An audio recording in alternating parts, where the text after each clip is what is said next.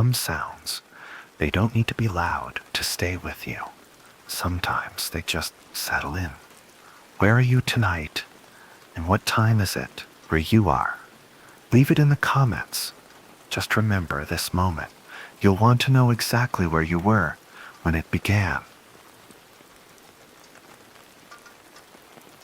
It had begun like so many things in quiet towns, without urgency, without noise. A name had been passed around. A child's face had been printed and pinned to cork boards. Then the voices had lowered, and the glances had sharpened. The child had not come home. 2 days had passed, and the quiet town had remembered what it had buried. The search had started the way it always did. Flashlights sweeping tall grass, boots sinking into mud, radios murmuring static between short commands. There had been no sense of panic yet, only a simmering unease, because everyone had known how these stories ended. Either the boy would be found before dinner, or pieces of him would be discovered washing ashore. The call had come in from hikers. They had been on the north side of the river, near the narrowing bend. The boy had been seen, barefoot, stumbling, panicked, screaming for a mother that couldn't hear him. He had been running, but no one had known from what. The man assigned to nights had been pulled into the search, not because he had experience, but because the town had grown too quiet. Most nights were filled with broken windows and alcohol-heavy calls, bar fights, domestic disturbances, screams without consequence. A missing child had felt almost novel, so he had driven the back roads behind the Jackson property. Dust clung to his tires as he made his way toward the edge of the forest. Beyond the cornfields and the rusted fence lines, the trees had stood still, unbothered, ancient, waiting. He had parked the cruiser just where the road turned to gravel. The rest of the way had been taken on foot. The flashlight had swept the brush in wide arcs. Only trash had been found. Beer cans, torn wrappers, no sign of life, no cry for help, just the sound of his own breath, too loud in the stillness. He had turned to leave, and that was when it had changed. The feeling had not arrived all at once. It had seeped in, slow and unseen. The wind had shifted, the scent had changed, and the trees, once passive, had begun to move. Not wildly, not unnaturally, just wrong, as if moved by breath, not breeze. The snap of a twig had shattered the illusion. He had turned instinctively, and the man had been seen, crouched low in the bushes, hair tangled, face obscured. But the smile had cut through everything. No shoes, no coat, just the thin gown of a patient, the kind given to those not meant to walk alone. And the smile, that impossible, spreading smile. No sound had been made, no words had been exchanged. The man had frozen. His body had known before his mind had processed. Something wrong had been placed in front of him, and every nerve had rebelled. Fingers had moved to the holster. The gun had not come free. Panic had not flared immediately. It had come slow, like heat beneath skin. The hands had searched, fumbled, shaken. The man in the gown had not moved. He had only smiled. And then he had pointed.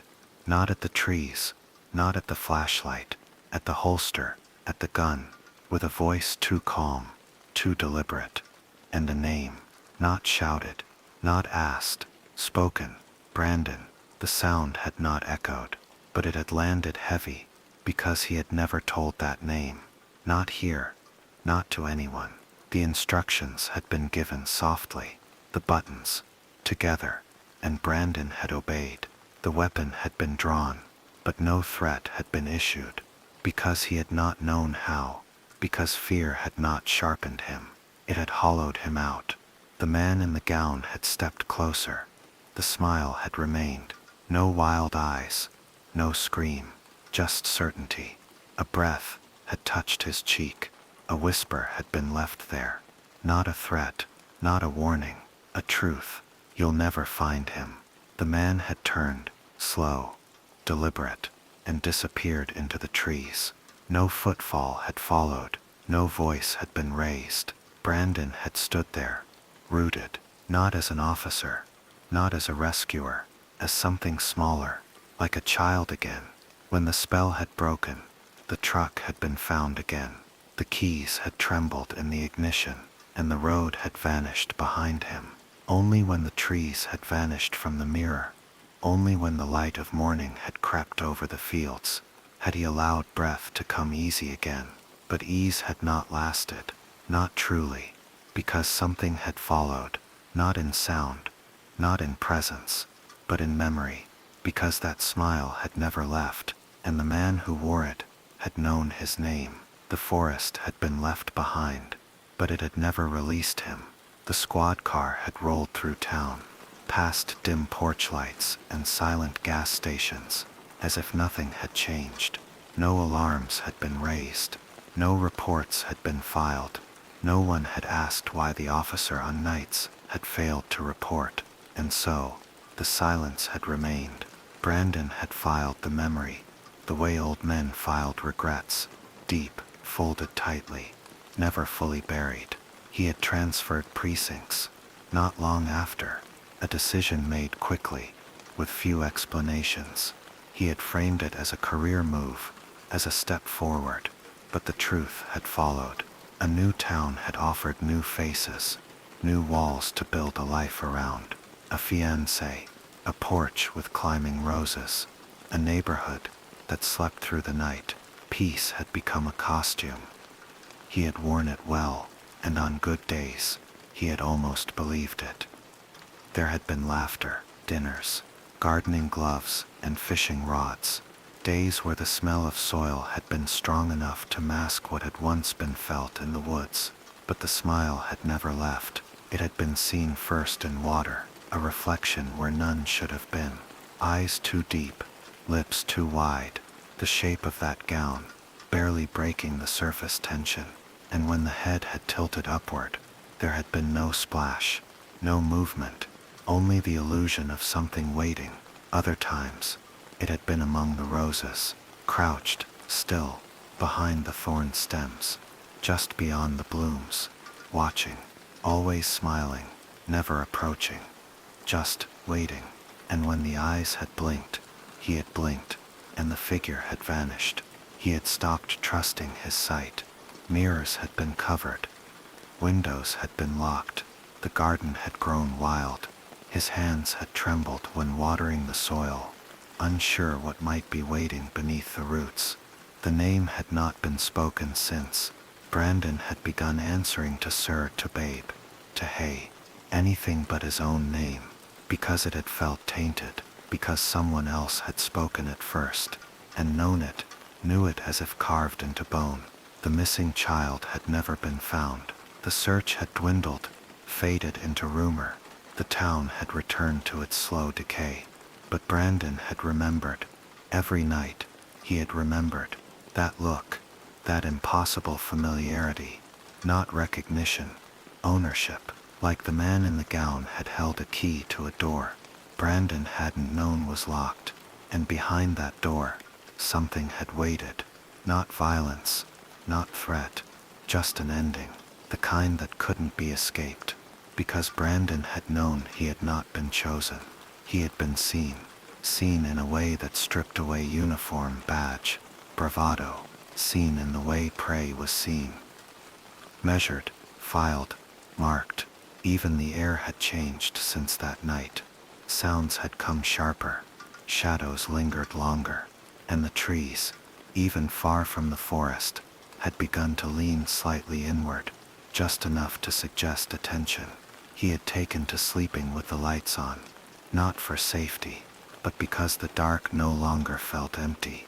When his fiancée had asked, he had smiled, said it helped him sleep, that it reminded him of childhood. But in truth, he had feared what might arrive when the light was gone, because the man had never truly walked away. He had stepped aside, and the woods had swallowed him, but something had stayed behind. Some echo, some stain. Brandon had begun hearing things. The sound of twigs snapping outside a closed window, the rustle of fabric behind him, where no one had stood, the voice, soft, distant, repeating his name. Not shouted, not angry, just spoken, like a promise or a rule. He had stopped carrying his sidearm, because he no longer believed it would matter, because the man had never flinched, had never feared, had only smiled, a smile that had known exactly how it would end, a smile that had understood Brandon's hesitation better than he had, a smile that had waited for it. And when the gun had finally been drawn, it had already been too late. That moment had repeated in his mind like a reel on loop, the holster, the fumbling, the sweat, the hand pointing, the buttons, the name. He had followed the command, he had obeyed, and the gun had come free. But his will had not. It had remained paralyzed, choked by something deeper than fear, recognition, because some part of him had already known this was how it would go. Some part of him had understood that this was not an encounter, it was a reunion, even if no memory confirmed it, even if the mind rebelled, the soul had remembered, and it had obeyed. Time had continued, as it always did. Days had passed, weeks, seasons had changed the light in the house, painting the windows with new colors, but the air inside had remained the same, heavy, watching, expectant. The routines had helped at first. Breakfast at 7, coffee by the sink, dog walks with the neighbors, yard work on Sundays. The illusion of rhythm had been comforting, but illusions cracked. The mornings had begun to feel off. Birdsong had started earlier than it should have. Too early. Sometimes before dawn had even broken. Sometimes when the sky had still been pitch black. At first it had been dismissed. Nature, acting strangely.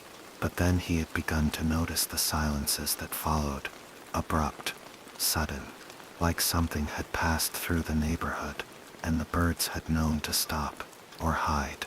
There had been nights when the lights had flickered for no reason, when the kitchen faucet had dripped even after being tightened, when the screen door had creaked, despite no breeze. The smile had begun returning more frequently, not in memory, but in places, in surfaces, reflections. Once in a spoon, another time, faintly in the TV's black screen before it turned on, always the same, tilted head, greasy strands, lips curled into a grin that had known more than it should, never speaking. Not anymore, just being. It had begun watching without words, and somehow that had felt worse. The silence had been too patient, as if the thing wearing that face had known there was no need to hurry, because Brandon would come around. They always did. The mind had begun to fracture around the edges. Sleep had become restless. Dreams had dissolved into cycles, looped forests, crunching leaves, holsters that never released, and always, always, the whisper behind the trees. It's not hard, Brandon. It had never been forgotten. The voice had not been a threat. It had been a tutor, gentle, instructive, the kind of voice that taught a child how to tie shoes, or a puppet how to dance. And it had known his name, still did. Even now, the fiancé had begun to worry. There had been questions, touches met with flinches, days where Brandon forgot entire conversations. He had lied with ease, because the truth had begun to twist, not into something false, but into something inevitable. He had started looking over his shoulder even in sunlight, started avoiding wooded areas, stopped going near water entirely, because he had known the man was still there, waiting, smiling, not in pursuit, but in certainty. And that was the worst part. The thing had never chased him. It had simply known it didn't need to, because Brandon was walking toward it, day by day, not physically, but in thought, in memory, in belief. The first time the hallucination had touched him, it had been in the garden, a brush against his calf, as if someone had crawled low between the rose bushes. He had spun, shovel raised. No one had been there, just earth, soft, disturbed, freshly moved. He had stopped digging after that, stopped planting. The roses had grown wild, sometimes at night. He had sworn they whispered. The neighbors had noticed his withdrawal, but only gently, only through small comments. Nothing serious enough to intervene, because that was how it worked. The governable madness, the kind that wore clothes, smiled at the mailbox, said, "Good morning," and waved, even as its soul unraveled thread by thread. Brandon had still made his coffee every morning, still kissed her on the cheek, still mowed half the lawn before freezing mid-pass, and staring at nothing for minutes on end. The spiral had not come with thunder, only routine, and that was what the man in the woods had represented. Not chaos, but rhythm, twisted, undeniable, eternal. Brandon had not broken it that night. He had joined it, by following instruction, by obeying a whisper, by hesitating when it mattered, and now he could feel that rhythm inside him. Each day a loop, each decision a replica. The life he had escaped had found him again, not in bars or alleyways, but in mirrors, in bushes, in dreams, in the word that had not been spoken aloud since that night. His name, and when it had been heard again, truly heard, clearly, whispered through the static of an old radio left on in the garage. He had known. It was time. The garage had been opened at dawn. No light had been turned on, just the creak of old hinges, the scent of oil and rust, the quiet ticking of a forgotten wall clock. The house behind him had remained asleep, soft breathing, curtains drawn, no footsteps, only silence. And in that silence, the voice had returned. Not spoken through lips, not whispered from trees. It had come from inside, a thought that had not felt like his, but one accepted all the same. It's time. The squad car had been gone for years, but the flashlight had remained. The old boots, the jacket with the department patch still clinging to the shoulder. Each item had been retrieved with reverence, not nostalgia, obligation, because the rhythm had demanded it. The holster had been worn again, not for protection, for continuity. Brandon had dressed in silence. Each movement mirrored exactly the ones made on that night so long ago, because his body had remembered, because the story had not been finished, and he had known stories like this did not allow loose ends. The keys had been taken. The door had been closed behind him, not locked. There had been no need, because no one followed those who walked into the woods at dawn. The drive had been automatic, every turn memorized, every mile marked, and as the cornfields had returned, as the road had narrowed into gravel, the breath had come shallower, not in fear, but in preparation, because Brandon had known he was going back to where it had ended, or where it had paused, because endings had not been permitted, not in this rhythm, not in this loop. He had parked the car just where he had before. He had stepped out into air too still to be natural. The forest had stood as it always had, unchanged, uncaring, unmoved by time. He had not hesitated. The flashlight had remained unlit, because the path had not needed light. His feet had remembered, and as he reached the riverbank, he had seen it. Not the boy, not the body, but the shape, that crouched form, that impossibly still posture, hair matted, gown filthy, smile wide. The man had returned, but it had not felt like a return. It had felt like a continuation, like he had never left. Brandon had not spoken. No command had been issued. The holster had been touched again, but not in fear, in ritual, and once again, the man had pointed. The same gesture, the same patience, the same unbearable familiarity. But this time, the buttons had not been fumbled. The gun had not been drawn. The whisper had not come. because it had already been said years ago, and it had echoed inside him ever since. You'll never find him. Not because he was lost, but because the finding had never been the point. The search had been the rhythm, and Brandon had been its instrument. He had walked deeper into the trees.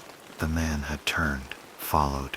No pursuit, no threat, just two figures, returning to the center of a story that had never ended. The forest had closed behind them. No sounds had followed. No animals stirred. The earth had remained undisturbed, except for one pair of boots and one set of footprints beside them. By the time the sun had fully risen, the riverbank had been empty again. No blood, no signs of struggle, just silence. And far away, in a quiet house with overgrown roses, a woman had awoken alone. She had waited, called, searched. She had called the station, filed a report, asked the neighbors, but no one had seen him, and the car had never been found.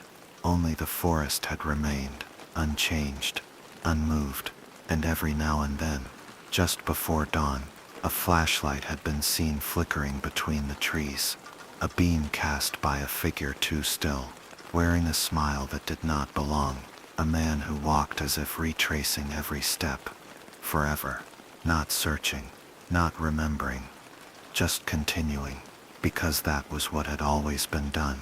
That was what the story demanded, and it had known his name.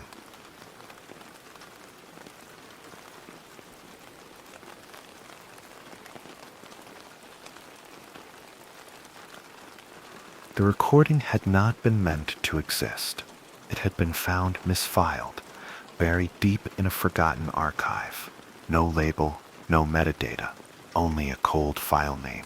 Wish _null _0 v3 ride.mp4. The play button had been pressed, and from that moment the air in the room had changed. At first, it had seemed like an unfinished animation, a pilot from a forgotten series. A pale child, slouched at a desk, voice low, eyes sunken. The colors had been off, too saturated. The lines had jittered slightly, like every frame had been redrawn by a shaking hand. The boy's voice had come through flat. I wish they'd stop laughing. No emphasis, no fury, just a blank tone. A floating creature, half light, half smear, had hovered nearby. A smile painted where a face should have been. It had responded without hesitation. The wish had been granted, but the glow had not been golden. It had been red, too red, like a wound torn open. And from that point forward, the world had begun to unravel. The first was a man on a bench, laughing into a phone. He had opened his mouth wide. Laughter caught mid-breath, but no sound had emerged. His throat had contorted. His eyes had bulged. The smile had stayed frozen until it fractured into panic. He had collapsed seconds later, the phone still clutched to his chest. Others had followed. A girl giggling with her friends had stopped mid-chuckle, hand to her throat, falling to her knees. A couple watching a sitcom, their faces locked in delight, had turned pale as their mirth turned to gasps. Each time laughter had begun, it had been punished, not silenced, erased. The boy had wandered through these scenes, unaffected, still and silent. His eyes had not blinked often. His face had remained blank. The creatures beside him, what might have once been playful companions, had changed. Their bodies had grown translucent, their outlines distorted, and when they had tried to speak, their mouths had moved without sound. Only the boy had remained untouched. His voice had become the only one heard, soft, measured. I just wanted it quiet. No one had listened. They had only suffered, and he had only watched. The second half of the file had grown more erratic. The animation style had shifted constantly. One moment, a clean vector line. The next, a sketch drawn in crayon, then hyper-realistic flashes, too sharp, too detailed. A hallway lined with lockers had become a meat tunnel. The cafeteria had melted into a colorless pit. Children had tried to scream, but the wish had held. No sound had come. Some had run. Some had clutched their sides. Some had simply fallen over, spasming silently as their lungs refused to obey. And in the middle of it all, the boy had sat, eating a sandwich. The smile had begun to form at the corners of his lips. Not joy, not amusement, satisfaction. A teacher had collapsed mid-lecture. A girl had burst into tears as her friend stopped breathing beside her. But the boy had only eaten. One bite at a time. I asked nicely, he had said. The screen had torn. A jump cut had thrown the viewer into a different scene. An overhead shot of a town, now devoid of movement. Dim houses, empty streets. No birds, no voices, only silence. And at the center, a bedroom window, dimly lit. Curtains barely moving. Inside the boy, alone, smiling. Not at anything, not for anyone, just smiling. The final seconds of the file had not contained animation, just a still image. A book, once filled with rules, now torn open. Its cover burned and stitched with new letters. They had not been written in ink. They had looked more like scars. Be careful what you wish for. And under it, the timestamp had glitched. 000 hours, 0 minutes and 0 seconds, as if time had ended, or perhaps had never begun. Attempts to delete the file had failed. Copies had regenerated.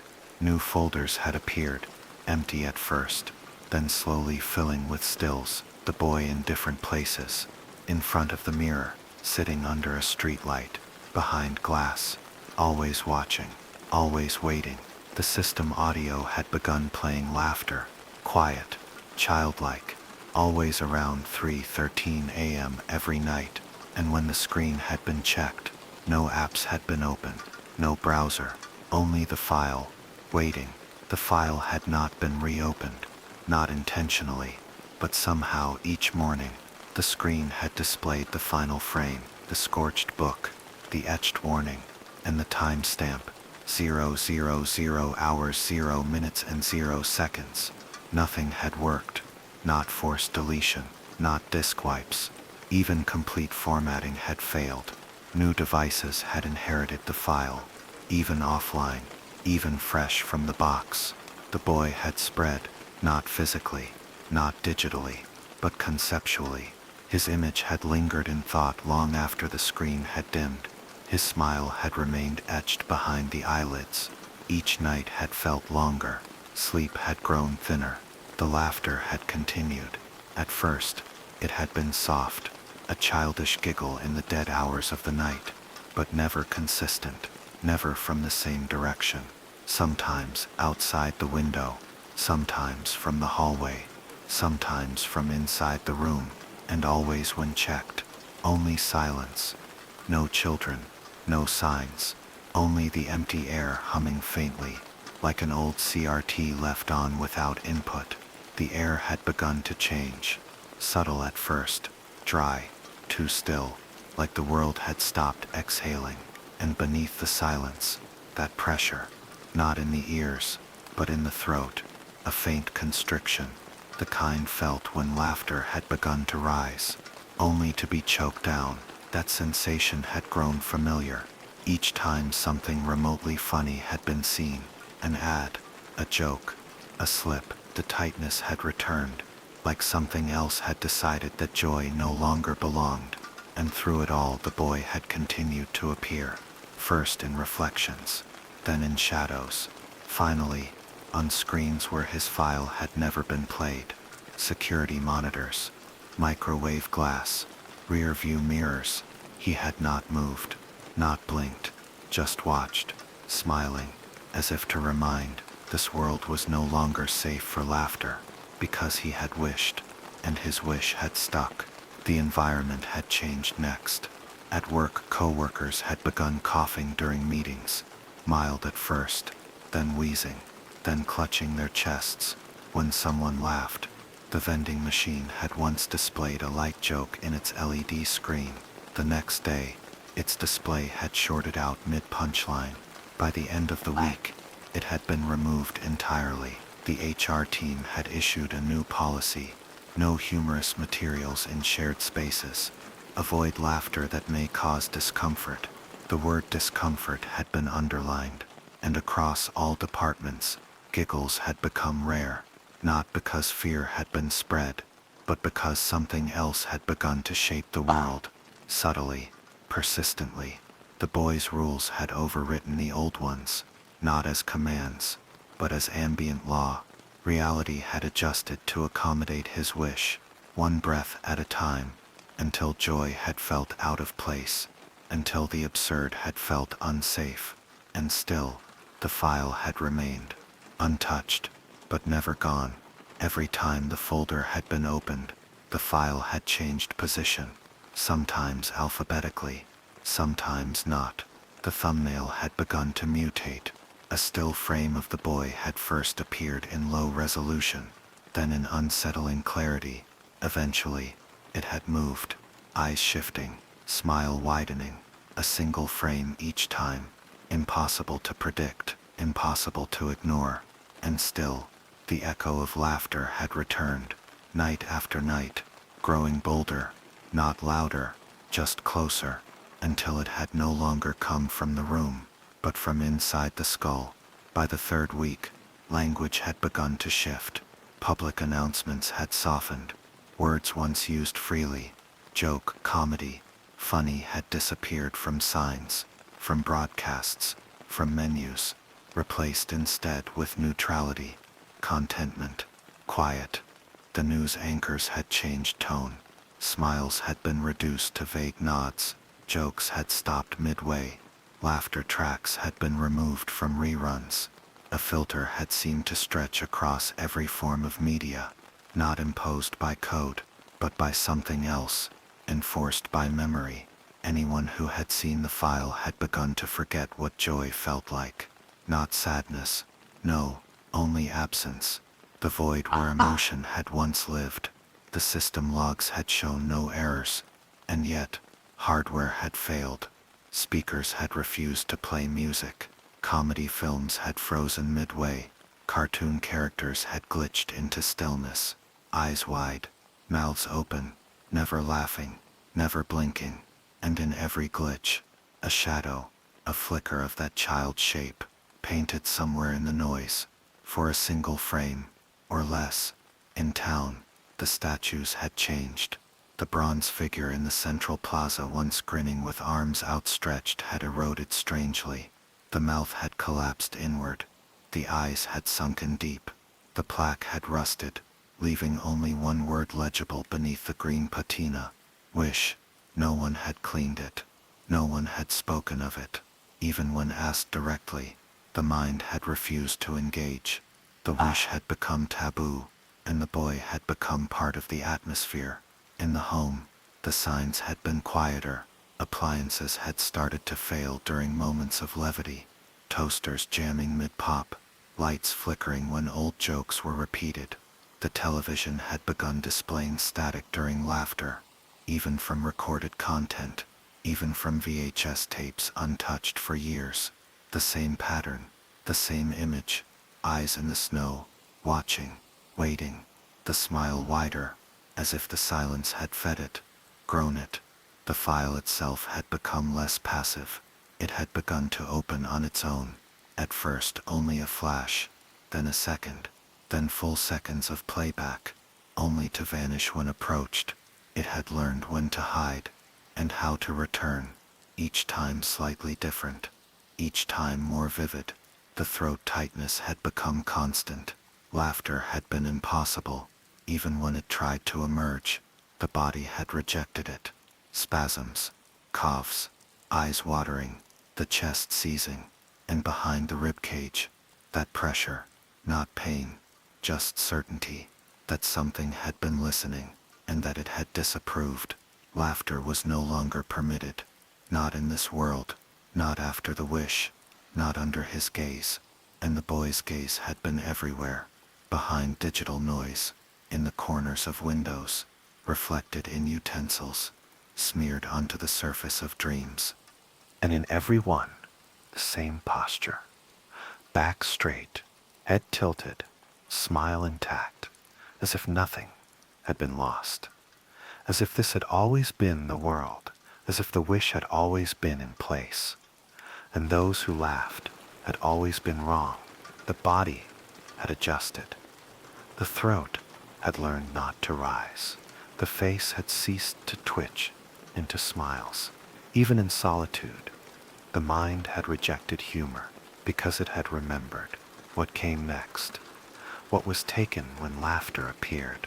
The images had continued, not every night, only on the ones when silence had been broken, when memory had dared to recall joy.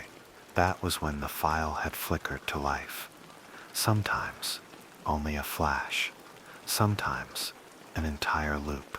The boy seated alone in his room, head tilted, eyes hollow, smile soft. Around him the remains, two wands broken, two figures vanished through the window. Stillness. A town paused mid-sentence. No motion, no color, no laughter. Only him, the last one who could laugh, and who had chosen not to stop. Attempts to destroy the device had failed. Files had survived formatting, survived burning, survived replacement. New machines had arrived clean, only to bear the mark within days. New users, new names, but always the same boy, the same wish, the same outcome. As if reality had become a skin stretched over his world, a membrane kept in place by silence, and under it, the boy had watched, always smiling because it had worked.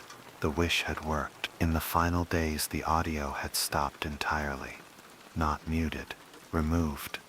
Even the system sounds, even the footsteps on floorboards, the wind, the breath, the very act of sound had begun to peel away, until only images remained, until the body had moved in silence, fully consumed, because the silence had not just spread, it had become law. Those who had tried to remember laughter had disappeared, not in drama, not in fire, just removed, photos fading, memories collapsing inward, entire lives unspooling from history like torn thread. And no one had resisted, because to resist meant to feel joy. To feel joy meant to laugh, and laughter had been claimed. The screen had returned one last time. No input had triggered it. No cursor had moved, just darkness. Then the boy, no background, no furniture, just floating, centered, smiling. The pupils had widened until blackness consumed his face, and from that void one sentence had appeared. You can still laugh. A pause, then a second line, but not for long. And then who will you wish for next? The screen had gone black, but not the mind. The mind had remained open, and something had entered. Not words, not commands, just the structure of silence, the architecture of a world where nothing dared to laugh again. Outside, the world had seemed normal. Cars still moved, children still walked, but laughter had vanished, not diminished, erased, replaced with glances, with half smiles, with shallow breaths, because everyone had felt it.